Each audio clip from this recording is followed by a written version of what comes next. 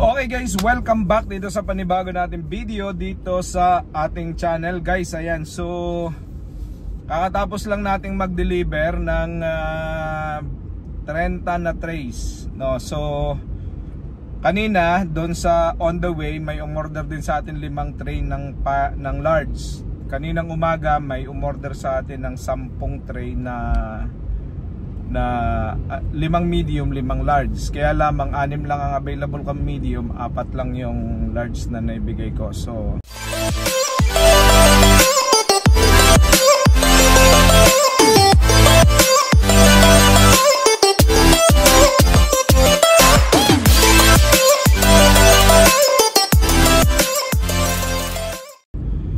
ngayon, meron pa tayong laman dito sa likod natin. Meron pa tayong ilang tray dyan. Meron pa tayong 38 trays, no? So, i-deliver natin din yan ngayon. Bali, lahat-lahat ang ating benta ngayon. Kung isasama lahat, pati yung benta sa poultry, yung mga nag-walk-in doon, nakabenta sila ng 10 na medium kaninang umaga. Mga more or less mga nasa 95-100 trays ngayong araw na to. So medyo madami-dami din tayo nabenta. Kahapon nakabenta ako ng 25 na tray, no? So kahapon ay 10 ilan ba yon? Hindi pala, 40 na tray ang nabenta natin kahapon. Kasi nakabenta tayo ng 20 na small, tapos nakabenta tayo ng 10 large at saka 10 medium. So kahapon yun ang benta natin, 40. Tama ba? 40 na trays. Bukod pa yun dun sa nabenta nila sa poultry, no? Dun mismo sa walk-in. So guys, marami naman na pwedeng gawin na business, no? So hindi ko sinasabi na ganitong business ang gawin ninyo. Hindi ko hina-hype yung ating business na ganito kasi alam ko risky to, alam ko maraming risk factor ang pag-aalaga ng manok, pero isa sa mga nakita ko na profitable siya, isa sa nakita ko na pinaka-mabilis ibumalik yung iyong ROI, yung regular yung pagbalik, no? Hindi katulad nung mga ibang mga business na sobrang tagal bumalik ng ROI. So dito araw-araw, masipag ka lang ay pwedeng bumalik yung ROI mo. Mabilis lang, no? So depende sa iyo. Kasi kung katulad nung sa akin, 1,100 yung aking manok, tapos ngayon ay nangingitlog na siya ng mga nasa around 900, kulang 900 na eggs per day. So medyo maganda-ganda na yung production natin. Maganda-ganda na yung production natin kung tutusin. So i-times mo na lang yan sa 7. Sa 7 ang per egg, no? Medyo maganda-ganda na. So yung sinasabi ko nga sa mga videos natin, sa ating mga naunang mga videos, ay medyo profitable siya kung tutusin, no? Yung 7 pesos very kwan yun yun ay price ng 210 per tray yun, ay price yun ng extra small, no? Extra small namin 215 at the moment, no? Medyo mahal ang itlog ngayon sa market, kaya medyo maganda ang presyo ngayon ng itlog. So imaginein mo yung extra small mo ay kwan yun, 215. Tapos yung piwi, yung pinakamaliit, ay which is yan yung mga pinakaunang itlog ng mga manok pagka bago pa lang, yung piwi ay 190. Murang-mura na yon. Actually yun ay sa ibang mga poultry 200 na siya. Kaya medyo mahal ang itlog. Ang medium nila ngayon sa mga ibang mga nagbibenta is 270 na. kami ang aming itlog na medium ay 245 lang, tapos yung large namin ay 270. Deliver na yung 260 lang pag kukuhanin mo sa farm. So medyo maganda ng presyo yon, maganda ng presyo.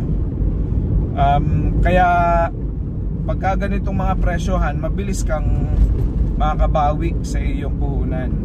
Medyo mahal lang ang feeds, no, pero ganun talaga. Wala naman tayong magagawa kasi hindi naman natin pwedeng pakainin ng sagmaw o kaya ng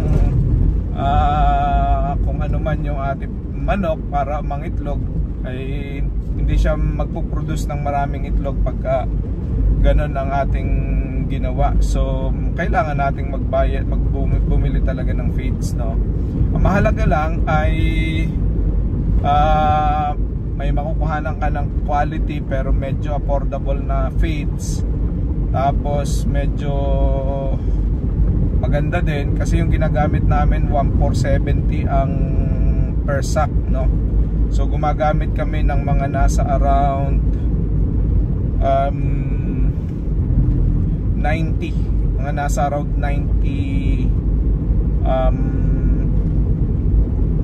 ano ba yan, mga nasa around 90 sacks, no, per month, no. Yan ang aming consumption kasi medyo malakas kumain ng aming mga manok. So yung 1,100 namin, kumakain niya ng mga times mo na lang sa 110 grams yan, mahigit sang sako yan, no? Mga nasa around 54 kilos yan every day, no? So medyo malaki yung kinakain ng ating mga manok. At okay naman kasi malulusog naman yung mga manok natin. So yun guys, sa mga kapwa ko OFW, katulad ng sinasabi ko, napakahalaga na, sobrang halaga na habang nasa abroad ka ay talagang pinag-iisipan mo kung anong klaseng negosyo yung iyong ipupundar. Kasi kung halimbawa ay ikaw ay nasa Pilipinas na tapos saka ka magninegosyo, ang mahirap kasi guys ay yung mamuhunan, no? Kasi pagka nandito ka na, parang nagkakaroon ng ibang reason yung iyong pag-spend ng iyong pera, no? So instead na iputap mo sa negosyo, nasabihan ka ng asawa mo na dito na lang muna natin gawin, ipagpagawa muna natin ang bahay or save natin sa trust fund ng anak natin para sa pag-aaral nila, o kaya ibili natin ang sasakyan, madali nating ma-divert yung ating pera. Ang problema natin guys is kapag ka hindi kumikita yung pera at hindi nagtatrabaho para sa atin, lagi na lang nating hahanapin yung pera, no? Ibig sabihin, pagka kumita tayo tapos ginastos natin yung pera, hindi yung pera natin nakinita, kumikita ulit, hindi talaga tayo matitigil dun sa cycle ng pagiging isang OFW. No, ang sinasabi ko dito guys is, tinuturuan ko kayo kung paano talaga tayo makakahulagpos dun sa pagkahawak sa atin ng buhay OFW. Kasi alam ko maraming nag-enjoy sa buhay OFW, pero marami din, o baka mas marami, yung gusto na umuwi na ng Pilipinas at ayaw na maging OFW.